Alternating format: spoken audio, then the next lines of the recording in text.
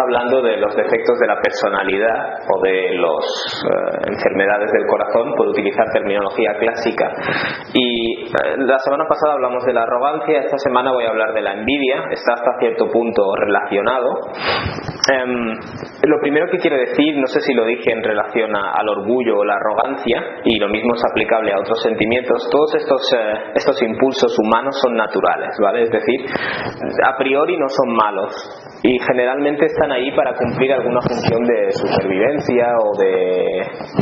Básicamente, por ejemplo, lo que es el orgullo. Hay las personas que tienen un exceso de orgullo, generalmente eso les pone impedimentos a la hora de desarrollar sus aptitudes sociales, porque el resto de gente los rechaza. Por otro lado está la gente que no tiene, es lo que llamamos falta de autoestima, no tiene absolutamente ningún orgullo, y eso también es, digamos, de algún modo algo que debería ser evitado, porque no es bueno para la persona. Por ejemplo, el enfado desde el punto de vista del Islam y desde el punto de vista objetivo, ¿no? Digamos, el enfado es algo necesario. Tú te vas a encontrar en situaciones que requieren que te espabiles, básicamente, ¿no? O requieren, por ejemplo, injusticias que requieren que tú reacciones a esa injusticia y tomes medidas, ¿vale? Es decir, para nosotros es muy importante el enfado, pero el Islam no te dice el enfado es malo de por sí. Como se ha transmitido, el profeta Muhammad se irritaba ante las injusticias, especialmente. La idea del Islam es que la arrogancia, estamos hablando del enfado. El enfado esté bajo el control del intelecto, ¿vale? Esa es la idea. El resto de animales también tienen todas estas cosas, tienen enfado, tienen lo que sea. Lo único que el Islam te dice es que tú, además de esto, tienes un intelecto, ¿vale? Que es un aql, y por tanto debes modelar cuándo es el momento y cuándo no, y dónde está el exceso, tanto en la demasía como en el quedarse corto, ¿no?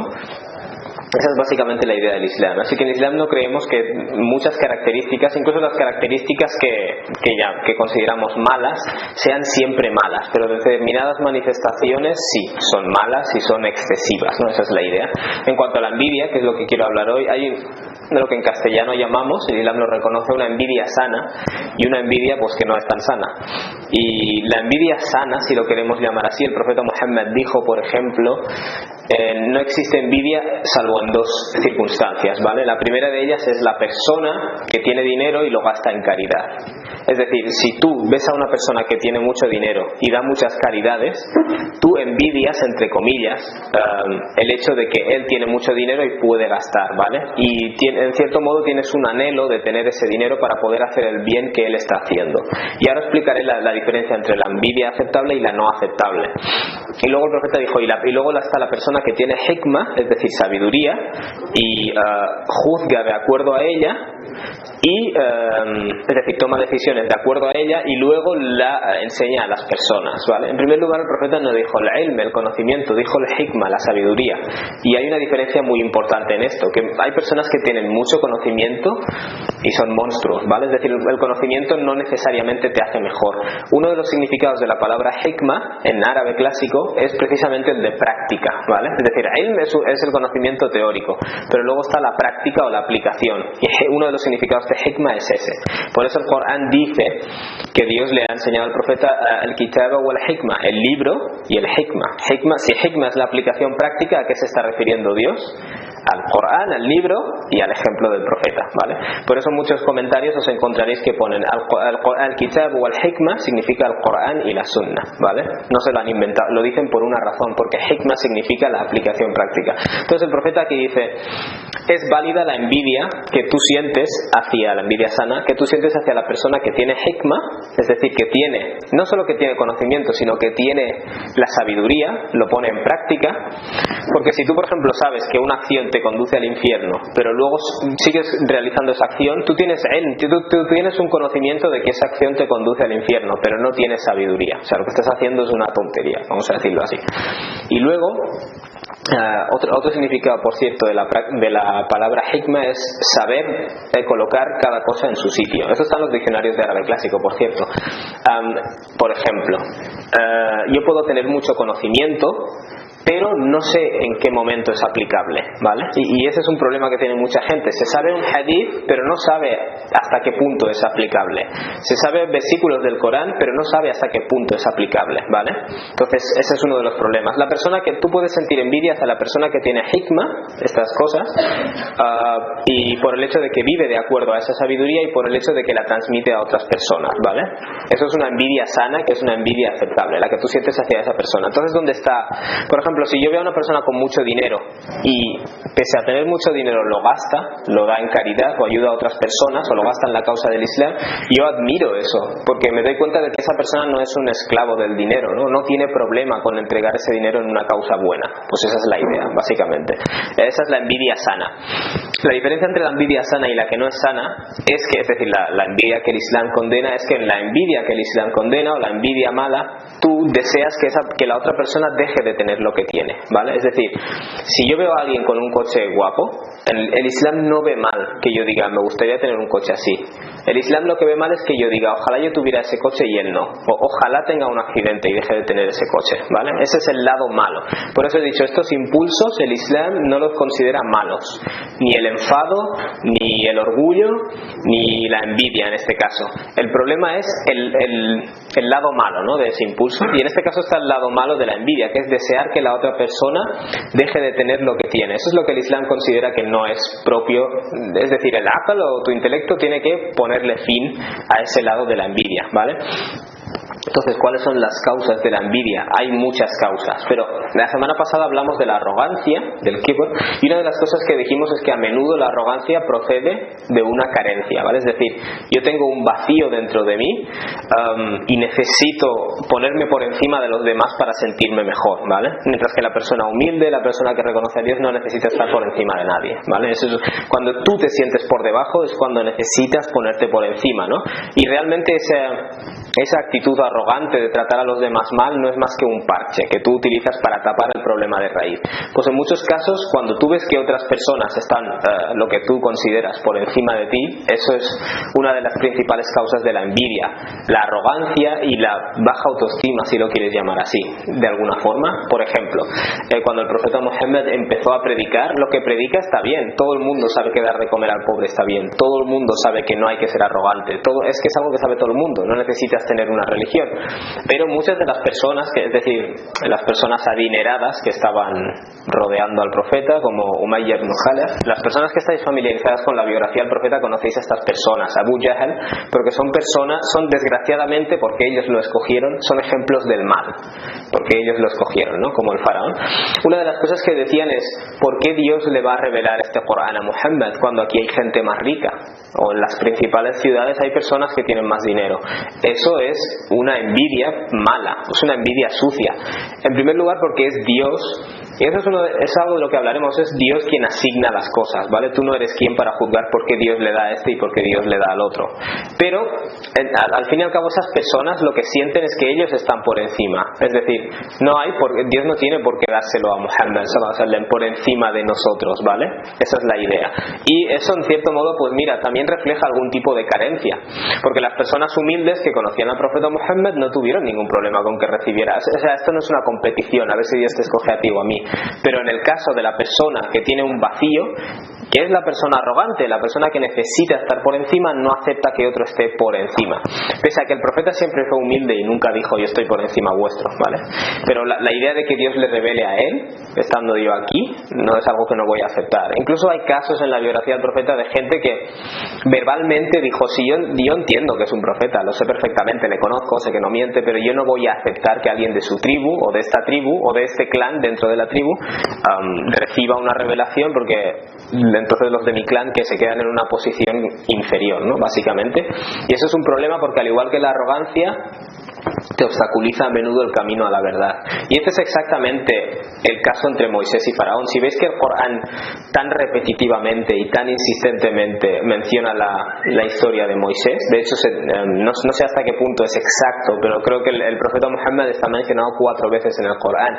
Moisés está mencionado más de 130 veces en el Corán, porque la lucha, esto lo dijimos la semana pasada, la lucha entre Moisés y Faraón es la lucha entre el bien y el mal. O sea, es la lucha entre la persona que acepta a Dios y la lucha entre la persona arrogante, la persona que va de lista, que se cree que no tiene por qué aceptar a ningún Dios. Y esa es como si todos tuviéramos un Moisés y un faraón dentro nuestro. Y ahí esa lucha siempre está ahí, ¿no? Entonces, esa es una de las razones, pero otra de las razones es que poneos en vida del profeta. Cuando el Corán está siendo revelado, especialmente en la sección de Meca, el Corán está siendo revelado a un grupo de personas que pues tienen un estatus determinado y ellos no están dispuestos a aceptar que a otra persona se le dé una revelación, ¿no? En este caso, porque ellos entienden que la religión es una herramienta de poder y entonces se le está dando un poder a otra persona, que por supuesto ese no es nuestro punto de vista, pero es el punto de vista de ellos, desafortunadamente. Entonces veréis que el Corán hace este paralelo entre Moisés y Faraón. Y claro, cuando el profeta Muhammad está recitando esto, tenemos que entender que en ese contexto las personas adineradas de Quraysh, los contemporáneos del profeta, lo están escuchando y saben perfectamente que eso alude a ellos, ¿no? Está condenando una misma actitud que tienen ellos, ¿no? Lo que se suele decir acerca de la envidia, y esto es importante tenerlo en cuenta, es no la envidia, sino la envidia, la arrogancia es uno de los primeros actos de desobediencia a Dios, ¿no? ¿Vale? Y aquí se da el ejemplo de Shaitán, o sea, del demonio, ¿no? Si lo queremos llamar así. Claro, cuando Dios ha creado al ser humano, Dios ordenó a los ángeles que se postren ante el ser humano, ¿vale? Y eso en cierto modo ¿qué implica? Implica que el ser humano tiene un potencial muy positivo, porque quiere decir, este ser puede llegar a ser tanto que hasta los ángeles se postran ante él. Claro, los ángeles obedecen a Dios y los humanos muchas veces lo desobedecemos, pero no obstante los ángeles, entre comillas, están hechos para obedecer a Dios, ¿vale? Los seres humanos tenemos la capacidad de elegir, la capacidad de controlar, la capacidad de tomar decisiones morales. Eso es lo que nos hace potencialmente mejores, no necesariamente mejores, pero sí potencialmente mejores. Cuando Iblis es expuesto a esta criatura, no le da la gana y da una justificación presuntamente lógica pero realmente absurda. Iblis da una justificación diciendo: el material del que yo estoy creado es mejor que el material del cual está creado él, lo cual es una tontería, porque al fin y al cabo Dios te ha creado a ti y Dios le ha creado a él. Pero la idea es la siguiente: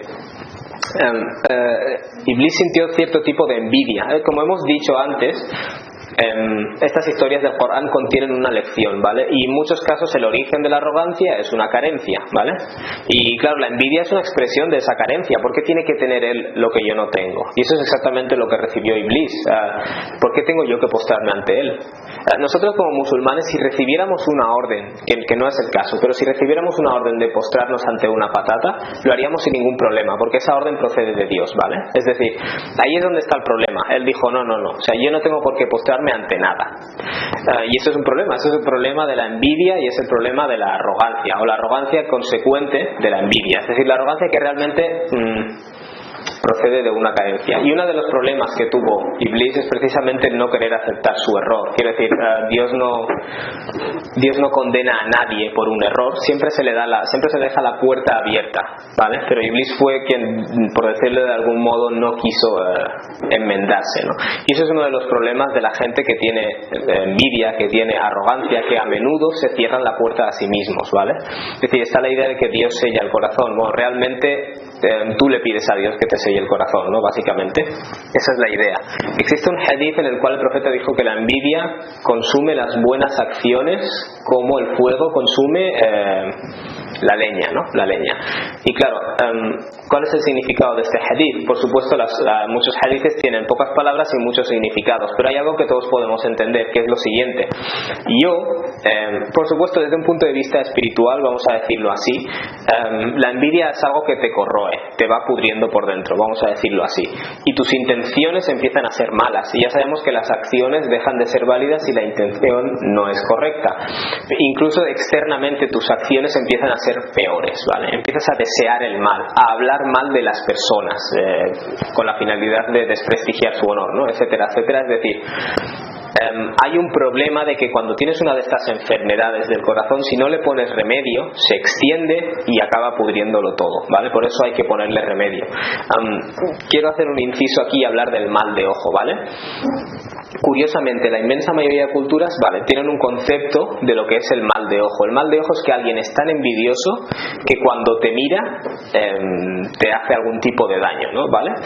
Y por lo que yo he investigado de este tema, hay hadices que parecen dar soporte a la idea de que existe algo así, ¿no? Es decir, el ain, lo habréis oído hablar, mal de ojo, parece ser una especie de poder psíquico, ¿no? Que hace daño a las personas, pero no es de eso exactamente de lo que quiero hablar. El Corán, como ya sabéis, ve con muy malos ojos la superstición, ¿vale?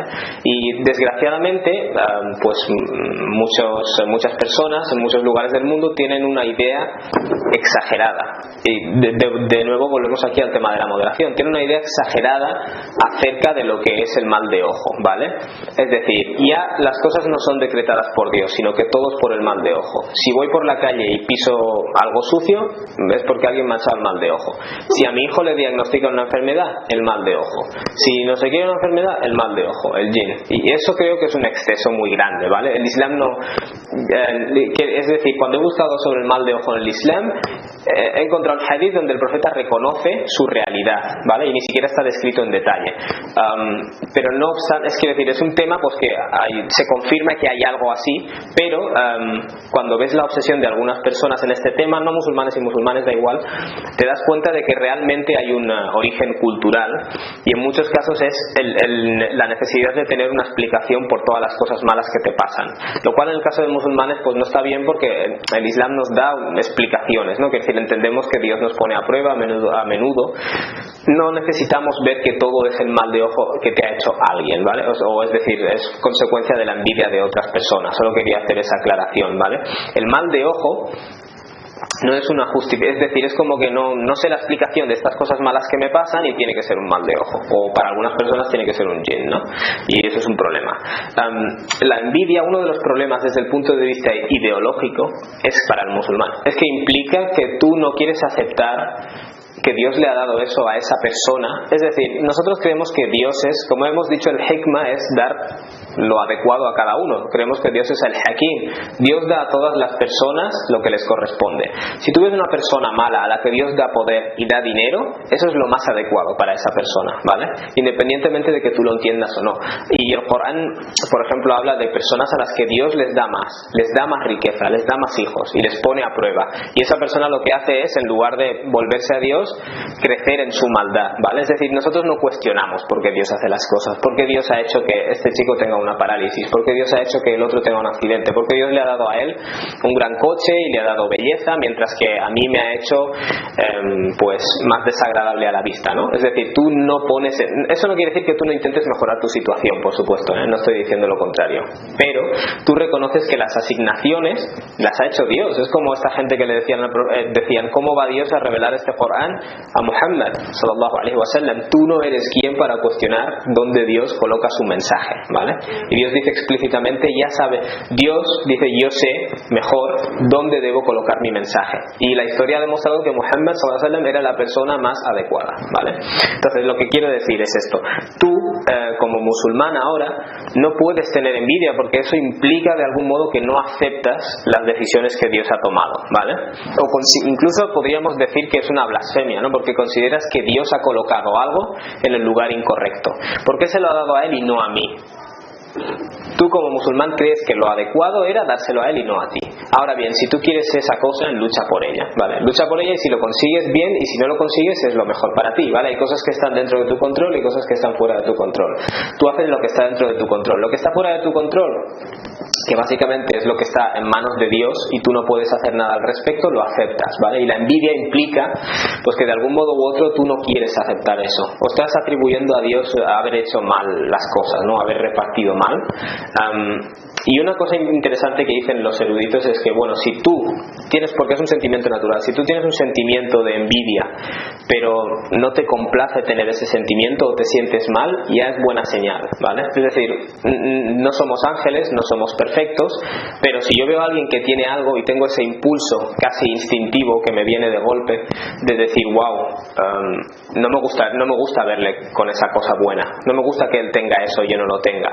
Si esa sensación intención misma tuya de luego decir cómo puedo pensar así, y ya significa que a lo mejor no eres una persona envidiosa, simplemente has tenido un impulso humano, pero tu aql, es decir, tu intelecto, lo ha puesto bajo control, y eso es bueno, ¿vale? Una de las características de la persona buena no es que deja de cometer errores, porque eso es imposible, sino que se va rectificando, ¿no? Como dice el Corán, las acciones buenas van borrando las malas. Dios no te pide que no hagas malas. Obviamente tienes que evitar hacer las malas acciones, ¿vale? Pero siempre vas a hacer algo malo, siempre vas a cometer algún pequeño error, ¿vale? Eso es inevitable, es humano. Y cuando tú haces eso, rectificas, ¿no? Es decir, y los sentimientos son igual. Si tú tienes un mal sentimiento, que el Islam no lo computa como un pecado porque no has actuado de acuerdo a él, pero si tú tienes un mal sentimiento o un sentimiento de envidia o un sentimiento de arrogancia, un sentimiento de que tú estás sentado en un sitio y alguien que se sienta al lado tuyo, tú piensas, él es demasiado poco para estar sentado al lado mío. Tú mismo luego dices, no debería haber pensado así, me parece lamentable. Incluso puedes hacer una buena acción hacia esa persona, ¿no? Es decir, la envidia, como todos los sentimientos malos, son impulsos que vamos a tener como seres humanos. Está ahí dentro y no lo podemos evitar. Pero la idea es que tú lo controles, no actúes de acuerdo a ello. Incluso te sientas mal por haberlo pensado y ya está, no hay ningún problema con eso, ¿vale? Entonces, en relación a si identificamos la envidia como una enfermedad, ¿cuáles son las posibles curas, ¿no? o tratamientos? Las curas y los tratamientos de este tipo de problemas de personalidad suelen ser teóricos y prácticos. Como he dicho antes, es una cuestión de ideología casi por un lado, y luego está la práctica. Una de las cuestiones teóricas es que tú como ser humano te intentas autoproteger. Y eso es lo mismo que dijimos la semana pasada sobre la arrogancia. Si yo sé que una característica me puede destruir la vida, incluso por mi propio instinto de autoprotección tengo que abandonar esa característica, ¿vale? Por ejemplo, si yo soy una persona que tiene envidia, cabe la posibilidad de que murmure acerca de otras personas, de que le haga daño y de que eso cree un mal ambiente, por ejemplo, en tu familia, en tu trabajo, y eso va a repercutir mal sobre mí. Luego, por ejemplo, en relación a la salud mental, tener envidia es malo para mí, soy infeliz. Cuando yo aprendo a decir, bueno, lo que Dios me ha dado a mí, perfecto, y lo que Dios le ha dado al otro, perfecto, en ese caso tú vas a ser una persona feliz. Ya podríamos decir que si te entregas a la arrogancia, a la envidia, al orgullo, en el aspecto malo, al enfado, a la gente que tiene problemas de controlar el enfado, si tú te entregas a ello, no le pones remedio, te estás haciendo mucho daño a ti mismo, porque realmente tú no llegas a ser feliz nunca, siempre estás con ese vacío dentro, ¿no? Y por supuesto, otra de las curas desde el punto de vista teórico, como musulmanes, es saber que Dios da a cada uno lo que le corresponde. Quiere decir, conocer los atributos de Dios, conocer que Dios es al-Hakim, que Dios es el que asigna. Quiere decir, nadie lo podría asignar mejor, ¿no? O aquí en este caso el que está asignando que Dios lo hace de forma incuestionablemente perfecta. El hecho de saber eso, saberlo de verdad, como hemos dicho antes, hay conocimiento y luego hay sabiduría, ¿no? Si lo cogemos en el segundo aspecto, la persona sabia es la que sabe que Dios es el que ha hecho las asignaciones y el que lo acepta en la práctica. ¿Vale? Si una persona tiene envidia y le dices, pero tú sabes que Dios le ha dado eso, y Dios sabe por qué le ha dado eso, a lo mejor es una prueba y es peor para él, y Dios sabe por qué te lo ha dado a ti, a lo mejor te conviene a ti más ser pobre, etcétera, etcétera. Si tú le dices esto a alguien y esa persona te responde, ya lo sé, pero no me gusta la idea, entonces es que esa persona no tiene hikmah, tiene un conocimiento teórico, se sabe un versículo del Corán donde dice que Dios es al-Hakim, pero él no tiene la sabiduría para que ese versículo o ese conocimiento le beneficie en su vida. Entonces la teoría aquí es inválida si no hay práctica, ¿no? Entonces pasar a la práctica. Uno de las curas que hay para este tema, como con otros, es precisamente el fingir. Y en esto no se considera nifaq ni se considera hipocresía de ningún tipo. Si yo, por ejemplo, me han puesto al lado una persona que yo creo que no se merece estar al lado mío, y yo le tengo que tratar con honor, porque yo me doy cuenta de que ese impulso mío es arrogante y es incorrecto, ¿vale? Entonces, ¿qué hago? Lucho contra ese impulso actuando de forma contraria a él, sistemáticamente, hasta que llega un punto en el cual ese impulso se va quedando atrás, ¿vale? Entonces yo lo que hago es, si siento envidia hacia alguien o deseo que lo pierda, le pido a Dios que no le haga perderlo. Voy a esa persona y le digo, espero que esta cosa que Dios te ha dado, este coche o lo que sea, te sirva para el bien y espero que no lo pierdas. Y esa propia actuación luego te hará a ti sentirte mejor. Tú mismo, si tienes envidia y tienes sentimientos negativos, luego te vas a sentir mal. Y eso es algo que supongo que todos hemos vivido, ¿no? Dios habla de la gente del paraíso diciendo فَأَمَّا مَنْ خَافَ مَقَامَ رَبِّهِ وَنَهَى النَّفْسَ عَنِ الْهَوَى. Es decir, son personas que han tenido temor o reverencia ante la posición de Dios o el hecho de ponerse en pie ante Dios y han, en consecuencia, ¿no?, digamos, han reprimido a su nafs, a su yo, a su ego del hawa. El hawa es el deseo, ¿vale? Es decir, tú puedes tener un deseo, pero puesto que sabes que eres responsable, digamos, pones ese deseo bajo control, reprimes el lado de esa característica, el lado malo. Como hemos dicho, hay lado bueno y lado malo, pues tú reprimes el lado malo. Esa es la idea, ¿vale? Finge, haz lo contrario y tú mismo progresivamente irás cambiando. Perdón, otra de las cosas que el Islam enseña, por cierto, es devolver bien por mal, ¿vale? Es decir, si alguien te daña, eso va dentro de la misma categoría. Si alguien te daña, tú, es decir, no digo que si alguien te va a hacer daño no te defiendas, lo que digo es que si alguien te hace algo malo, tú le devuelvas algo bueno. Y en la práctica todos vemos que esto es bueno. Si, por ejemplo, en tu puesto de trabajo alguien habla mal de ti o divulga tus errores, luego cuando él se equivoque dirá, ahora se va a vengar de mí. Pues cuando tú no te vengas de él o cuando tú haces algo bueno en su lugar, la gente se da cuenta, ¿vale? Eso es un alto calibre moral que el Islam pide a la persona. Entonces, cuando tú tienes un sentimiento negativo hacia una persona, en primer lugar reprime ese sentimiento, pide perdón a Dios, no pasa nada, me he equivocado, e intenta hacerle el bien a esa persona y progresivamente vas a ir mejorando. Y sobre el tema del mal del ojo y todo este rollo, si os fijáis, el Islam no niego la realidad de algo relacionado con este tema. Lo que estoy diciendo es que la obsesión de muchas personas, incluidos musulmanes, procede de creencias preislámicas, ¿vale? Es decir, antes de que el Islam llegara a esos territorios ya creían en el mal de ojo y ya lo atribuían casi todo al mal de ojo y no han dejado de hacerlo. La única diferencia es que ahora te dan un hadith, ¿vale?, para justificarlo, y muchas veces decimos, oh, hay un hadith. Entonces, como todo el mundo habla de este tema y hay un hadith, será que es verdad. Tienes que salir e intentar verlo desde fuera.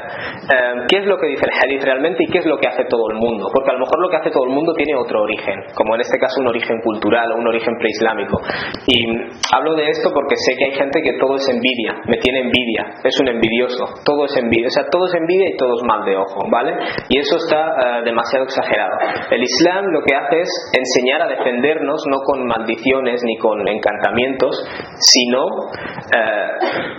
pidiendo refugio en Dios, es decir, precisamente a través del tawhid, a través de reconocer que todo está en manos de Dios. El Islam todo gira en torno a este concepto, como por ejemplo en el caso del profeta nos enseñó a recitar al-mu'awwidat, son los suras que sirven para pedir refugio a Dios, como por ejemplo Qul huwallahu ahad, reconocer que Dios es único, o Qul a'udhu bi rabbin nas, busco refugio en el Señor, es decir, el que ha creado y el que sustenta a toda la humanidad, o Qul a'udhu bi rabbil falaq. Una de las cosas que Dios dice precisamente es Dios te enseña a buscar refugio de el mal de aquellas que soplan en nudos, es decir, aquellos que hacen magia, porque básicamente esto era una forma de echar maldiciones. Tú no combates una maldición con otra maldición, tú combates una maldición pidiéndole a Dios refugio de la gente que hace estas cosas, porque estas cosas no están bien. Tú no haces el mal, como esa persona está cometiendo un pecado o está haciendo algo malo, yo también lo voy a hacer. Y luego Dios añade min sharri hasidin idha hasad, y pido refugio a Dios del mal de la persona que envidia cuando envidia, ¿vale? Es decir, cuando está envidiando. Cuando no está envidiando, pues no hay ningún problema. Pero cuando esa persona tiene envidia hacia mí por alguna razón concreta, entonces yo necesito que Dios me proteja de esa persona, ¿no? Y yo creo que no es una coincidencia, como muchísimas otras, que Dios haya puesto junto en un versículo la magia y junto en otro versículo la envidia. Porque uno de los grandes problemas de la gente que le encanta el ocultismo y maldición a este y maldición al otro y el jin este y el otro, es precisamente problemas de envidia. La gente insegura, la gente que quiere estatus social, es decir, que le da mucha importancia al estatus, que le da mucha importancia a que nadie tenga lo que él tiene. Es la gente que le encanta este tema de las maldiciones y de no sé qué y de la envidia y del mal de ojo. Por tanto, son problemas que están relacionados, ¿no? Y el último apunte que quiero hacer es que cuando Dios nos ha dado es decir, entre las soluciones prácticas está, como he dicho, el fingir, el hacer el bien a la persona a la que le deseas un mal, a pedir perdón a Dios por ese mal y a pedirle a Dios, como he dicho aquí, que te dé refugio. Es decir, al fin y al cabo el duá para nosotros es el arma del creyente, ¿no? Es el hablar con Dios, el pedirle a Dios, ¿no? Ayuda en este tema específico, y mucha gente entiende mal esto. Y de nuevo volvemos al tema de las culturas preislámicas. Mucha gente antes del Islam se ponía en un talismán pues un pelo de cabra y un cuerno de vaca. Bueno, no, la vaca no tiene cuernos, pero yo que sé, una pata de gato, un diente de lo que sea, y luego lo juntaban y hacían un encantamiento. Ahora hay gente que lo que hace es coger estas suras del Corán que he dicho, lo mojan en agua y luego el agua se la beben, y el poquito agua que queda lo mezclan con un ojo de gato y le ponen pelos de liebre, y lo que hacen es te dan una cosita así, un artilugio que está cubierto de pelos, que no tienes ni idea de lo que es eso, y vete a saber, y te lo tienes que colgar encima. Eso es y la gente te dirá, no, son suras del Corán. Es lo mismo de antes, ¿no? La gente, el hecho de tener un texto islámico o algo que suena islámico no lo hace islámico, ¿vale?